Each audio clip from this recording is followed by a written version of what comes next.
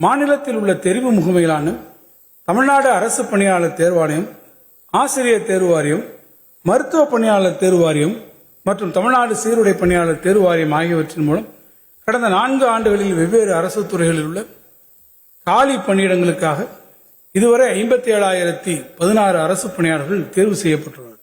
இது தவிர பல்வேறு அரசு துறைகள் மற்றும் உள்ளாட்சி அமைப்புகள் மூலமாக 21,866 பேர் பணி நியமனம் செய்யப்பட்டுள்ளார்கள்.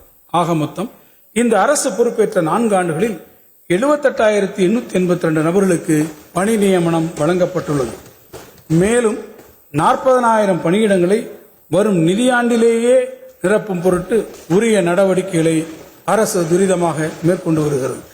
அரசு அலுவலருக்கு குறைந்த வாடகையிலான குடியிருப்புகளின் தேவை அதிகரித்து வருவதை நிறைவு செய்யும் வகையில் சென்னை சைதாப்பேட்டை தாடண்ட நகரில் 110 கோடி ரூபாய் செலவில் 2 லட்சம் சதுரடி பரப்பளவில் 190 சி வகை குடியிருப்புகள் கட்டுவதற்கு திட்டமிடப்பட்டுள்ளது. மக்கள் நல திட்டங்களை நாட்டிலேயே மிகச்சிறப்பாக நிறைவேற்றிட அயராது உழைத்து வரும் அரசு அலுவலர்கள் நலனை காப்பதில் நமது அரசு உறுதியாக உள்ளது.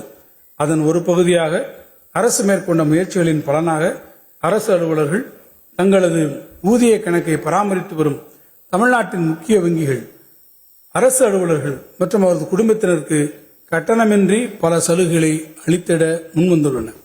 அரசு அலுவலர்கள் எதிர்பாராத விதமாக விபத்தில் இறந்து போனாலோ அல்லது விபத்தின் காரணமாக நிரந்தர ஊனமடைந்தாலோ தனிநபர் விபத்து காப்பீட்டுத் தொகையாக 1 கோடி ரூபாய் நிதியினை வழங்கிட வங்கிகள் முன்வந்துள்ளன. விபத்தில் இறந்த அரசு அலுவலரின் குடும்பத்தில் உள்ள திருமண வயதை எட்டியுள்ள மகள்களின் திருமண செலவுகளுக்காக தலா 5 லட்சம் ரூபாய் வீதம் 10 லட்சம் ரூபாய் வரை நிதியுதவி வங்கிகள் வழங்கிடும்.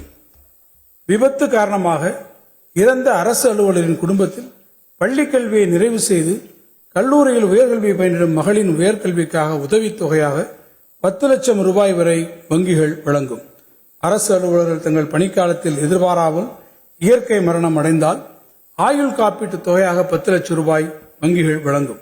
மேலும் தனிநபர் வங்கிக் கடன், வீட்டுக்கடன், கல்விக் கடன் ஆகியவற்றை அரசு அலுவலர்கள் பெறும்போது உரிய வட்டிச் சலுகைகள் வழங்கிடவும் முக்கிய வங்கிகள் முன்வந்துள்ளன.